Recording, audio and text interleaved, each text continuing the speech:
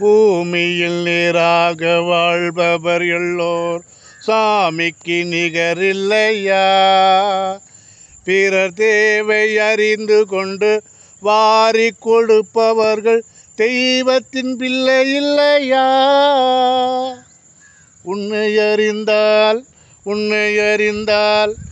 உலகத்தில் போராடலாம்.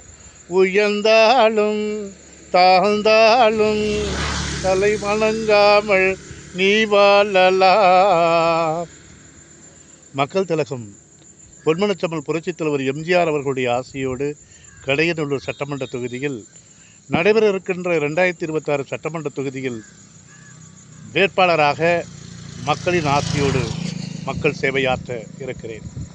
அந்த வகையில் நம்முடைய கடையநல்லூர் சட்டமன்ற தொகுதியில் அனைத்து குளங்கள், ஏரிகள், பொதுமக்கள் வாழக்கூடிய அனைத்து பகுதியில் இருக்கக்கூடிய கருவேல மரங்கள், வேல்முள்கள் இவைகளையெல்லாம் முழுவதுமாக அகற்றிட என்னை சட்டமன்றத்துக்கு அனுப்புங்கள். நிச்சயமாக இதற்கான குரலை சட்டமன்றத்திலே குரல் எழுப்பி இந்த கருவேல் மரங்கள், வேலி முள்ளுக்கள் இவைகளால் நிலத்தடி மாசு அடைகிறது.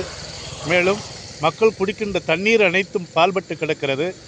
விவசாயத்துக்கு தேவையான உற்பத்தி பொருட்களும் அந்த வேலி முட்களால் பாதிப்படைகிறது. ஆக இவைகளையெல்லாம் கருத்தில் கொண்டு இதற்கான அரசாணையை தமிழகம் முழுவதும் தொடர்ந்து எல்லா இடங்களிலும் கருவேல மரங்கள், வேலி முட்களை அகற்றுவதற்கான தமிழ்நாடு சட்டமன்றத்திலே அதற்கான 110 விதியிலே நிச்சயமாக அதை அகற்றுவதற்கான அரசாணையை பெற்றுக் கொடுக்க முடியும்.